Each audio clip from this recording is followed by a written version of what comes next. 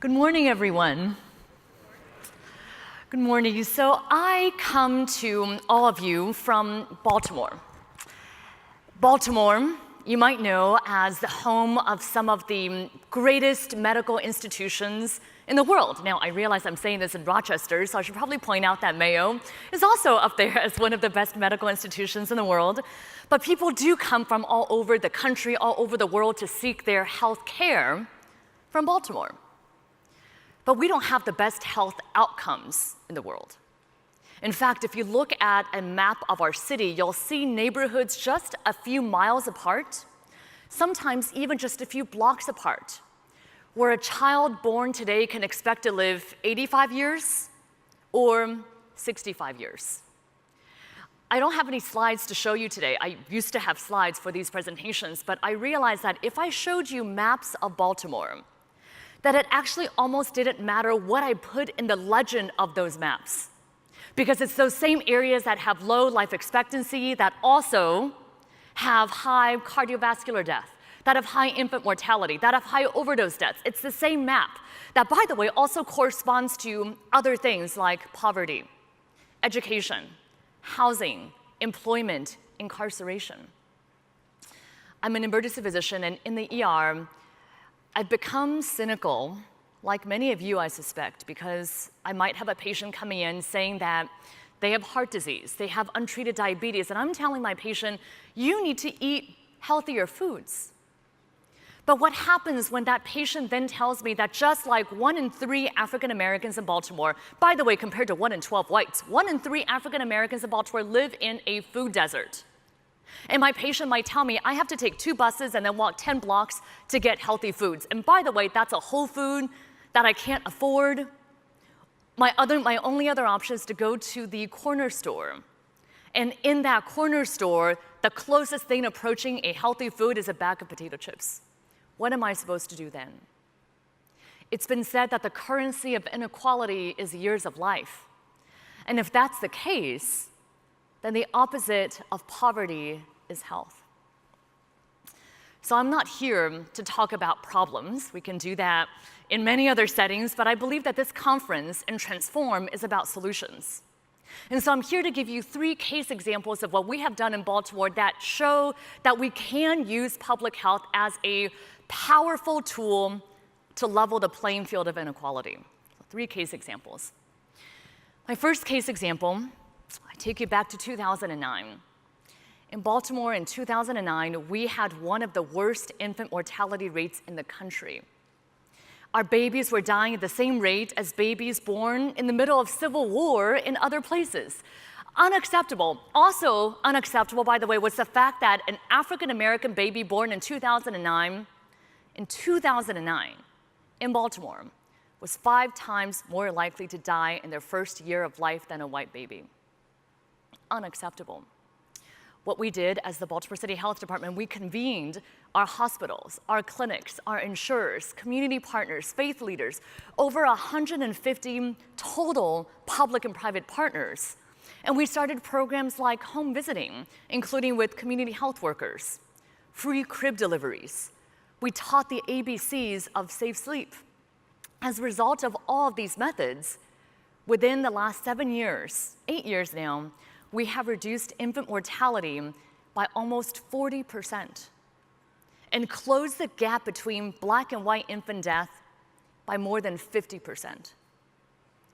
So I think about what these percentages actually mean. I'm a new mother myself. I have a baby who, I guess, almost not a baby anymore. He just turned 1. But when I brought my baby back from the hospital, I was really terrified of what was going to happen. I mean, I had to learn how to be a mom, and my greatest fear bringing my baby back was one day I would walk in and see my baby in the crib or the bassinet, and he wouldn't be breathing anymore. And I think about what that 38%, almost 40% reduction in infant mortality actually means. What that translates to is that 50 babies in our city that would have died in 2009 are now able to be alive today. So I use this example of Be More for Healthy Babies, our program, to illustrate how public health and how all of us, we have to focus on a North Star. And by focusing on that North Star and by convening partners around that goal, we can move the needle on a critical public health outcome. So first, Be More for Healthy Babies, convening to change the outcome. My second example, I also take you back to another study that we did in Baltimore. Actually, I came into our health department 4 years ago and saw this study. And that study found that in our city, up to 10,000 of our school-age children needed glasses, but couldn't get them. So I'm all about studies and research, like many of you, but I don't need another study to tell me that if kids can't see, they can't read, that glasses are critical to academic success. And actually, that maybe if kids can't see, they might even be labeled as being disruptive and maybe acting up in class and put back in school, all because they needed something as basic as a pair of glasses. And so I worked together with our partners, including at Johns Hopkins, with Warby Parker, the glasses distributor, and a national nonprofit to start a program in our city called Vision for Baltimore. Vision for Baltimore aims, and we're almost halfway to our mark now, we aim to get glasses, eye screenings, eye exams, and glasses to every child who needs them in every grade, right in their schools, so that the kid doesn't have to miss school and the parent doesn't have to miss work. And all of this is done free of charge. Now, by the way, we had a competition in the staff at the health department about what we should call this program. Some other leading contenders included Glasses Half Full and Sight for Sore Eyes. We decided to go with Vision for Baltimore. But I remember actually I went to one of the schools to get glasses to our kids, and PBS was doing a program about these kids. And so PBS came and they were interviewing this one girl who had just picked out, Warby Parker was there, they have kids select their pair of glasses, and so she selected these pink frames, and PBS asked her, so do you see any better with these glasses? She said, no. So then they said, well, can we do this? Let's see you read something with without your glasses. And so she began reading, and she read slowly, haltingly, but she read. And then they said, well, can you put on your glasses and try this again? And she read, and this time she read all the way through, no interruptions, no breaks, and twice the speed that she did before. So the reporter from PBS asked her again, do you see any difference? She said no. She was, 9 years old. But while this was happening, I was watching one of our vision screeners, this lady who had worked within our health department and with the school system for over 20 years. And she had tears streaming down her face. And I know that she knew that we changed potentially the trajectory of this child's life. I mean, I remember that I was in 3rd grade and I was watching the board become blurrier and blurry, and I just thought it was normal, right? I mean, you don't know, you're a kid, you see the board getting blurry, you think everybody is experiencing this.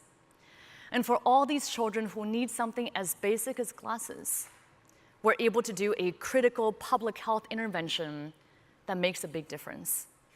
And so I use this to illustrate how we in public health, it's all about simple things that can make a big difference. So let's look for those low-hanging fruit and recognize that just having policy isn't enough. Because we have policies in Maryland for vision screenings. But if people literally cannot get the care that they need, that's what we have to do. We have to meet people where they are and get them the care that they need. Because policy, theoretical policy, is not enough if that care literally cannot be delivered. My third example, I heard our moderator mention about pain scale. Now, I think I would not be doing my job as the health commissioner in Baltimore if I did not address the opioid epidemic in this talk. And so I will in this conversation that in our city, last year, well over 700 people died from overdose. And the number of people dying from fentanyl in our city has climbed to astronomical proportions. I mean, we're seeing a 5,000% increase, 5,000% increase in the number of people dying due to fentanyl in the last 4 years. And the reasons are complicated, but they include that fentanyl is being trafficked in from other places. It's cheaper than heroin, cheaper than other drugs, and so it's being mixed in with heroin, mixed in with other drugs, and because it's so much stronger, people are overdosing and they're dying. Well, while we're combating overdose, there's something else that we were facing in our community, and that something else was stigma. You know, I heard when we started talking about naloxone, the opioid antidote, when we started talking about why we should be saving lives with naloxone, I heard comments like, why would you bother doing that? Aren't you just going to make people use more drugs? I wonder, do we ever say about somebody whose throat is closing from an allergic reaction, oh, I don't know about giving you an EpiPen because it might just make you eat more peanuts next time? We wouldn't say that. And in the same way, we wouldn't question the value of a human life. And so we started getting naloxone out to people, and then we realized that there was another stigma roadblock that we were hitting, and that stigma roadblock is the NIMBYism, the not in my backyard, that people did not want addiction treatment in clinics in their neighborhood. They also didn't even want addiction treatment in hospitals. I mean, I had hospitals say, basically, that they didn't want to treat addiction because they didn't want to have those patients go there. Would you ever have a hospital saying, well, I don't want patients with cancer coming to my center because I don't want to be known as a center of excellence for cancer treatment? I mean, this is what was happening. In fact, it was so bad that in our city, our community leaders were calling it not just NIMBY, not in my backyard, they were calling it banana, don't build anything near anything that's near anything. And so we try to change this paradigm. And we change this paradigm by focusing on science, which is what all of us believe in. Well, not all of us believe in, but I believe in. And many of us, I think all of us here, believe in. And what we did was we first focused on saving lives. I issued 3 years ago a standing order, which is a blanket prescription to every single one of our 620,000 residents in our city. It's a little bit frightening, even if you know you're on the right side of history, it's still a little bit frightening to sign your name and write your MPI number on 620,000 prescriptions. But as a result of doing that, as a result of our outreach, everyday residents in our city have used naloxone to save over 2,800 lives in the last 3 years. We also started something called a stabilization center, which is the beginning of a 24/7 ER, where individuals who would otherwise be going to emergency departments are now being diverted to the stabilization center, where 24/7 they are getting resources like housing, supports. They're also immediately referred to addiction treatment and mental health treatment on the same day, because that's the same standard of care that we should be giving to every individual, because addiction is a disease. And we know that gold standard of treatment does exist. Now, there's a lot more that we need to do in this space, but I use this as an example to show that by focusing on saving lives, by focusing on reducing stigma, that's the work that's ahead of us. That's how we can get control of an epidemic. That's how we can really focus on improving the health of our communities, including at times of public health emergencies. Now, I know I said at the beginning that I would have 3 case examples, and this is probably the biggest mistake that speakers make, right? That they say they'll do 3 things, but then they actually give a 4th. But I'm going to do that here. I wanted to address one more issue. So something in Baltimore has been troubling me. And it's not only in Baltimore, but it's around the country. And I'll tell you what it is, give you 2 examples of what this is. One, last year, we in Baltimore run a teen pregnancy prevention program. That program has resulted in statistically measurable improvements in community health, including a 61% reduction in teen pregnancies and teen birth rates. 61% reduction, record lows of teen pregnancy rates. Our program was cut last year. Without explanation, it was unprecedented, it was shocking, and it was cut by the Trump administration. So what we did in Baltimore was we sued the Department of Health and Human Services for this shocking and unprecedented cut. We heard recently that we won the lawsuit and that HHS is not going to appeal. And so our funding is restored, and now we have evidence-based education available again to 20,000 of our students. So we're very glad that that's the case. Thank you.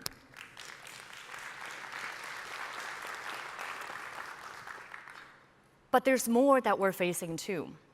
Several months ago, all of us heard about the changes to the Title X family planning regulations that would cut potentially funding to safety net clinics around the country and do something else that I almost can't believe, which is to impose a gag rule on what doctors and nurses and clinicians are able to tell our patients about reproductive health and women's health, which I just can't even fathom this, that we as clinicians, we have an ethical duty to our patients, and to tell us what we can and cannot say is a gross violation of what I signed up for, and I believe is contributing to, in this country, to what I believe strongly is the greatest public health catastrophe of our time, which is a threat to women's health, threat to reproductive health, the threat to our most vulnerable communities. And yet we also have to follow the science. We have to follow the evidence, and the science and evidence say that reproductive health is healthcare, that women's healthcare is healthcare, and that when we have threats to healthcare, that's going to impact the health of families, that's going to impact the health of our communities, and that is a great threat to public health overall. And so it's with all of this that even though we have made great strides in Baltimore, even though we have done so many things that I'm very proud of to level the playing field of inequality, to focus on saving lives, to do these interventions that make a big difference, that's why this will be my last talk as the Baltimore City Health Commissioner, because I have taken on a new role starting in November as the president of Planned Parenthood Federation of America.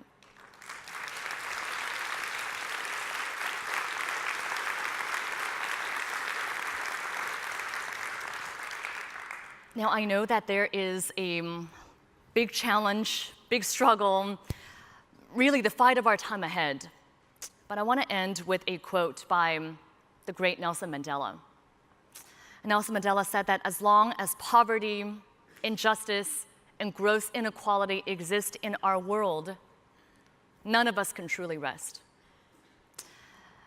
And I think that it's at this time in our history when we are realizing that the cavalry isn't coming, that we are the ones that we've been waiting for, that when it comes to fighting for health, when it comes to fighting for social justice, when it comes to fighting against inequality and for the people that we care for, that this is the time for all of us to step up and do everything we can. Thank you all for the opportunity to be here.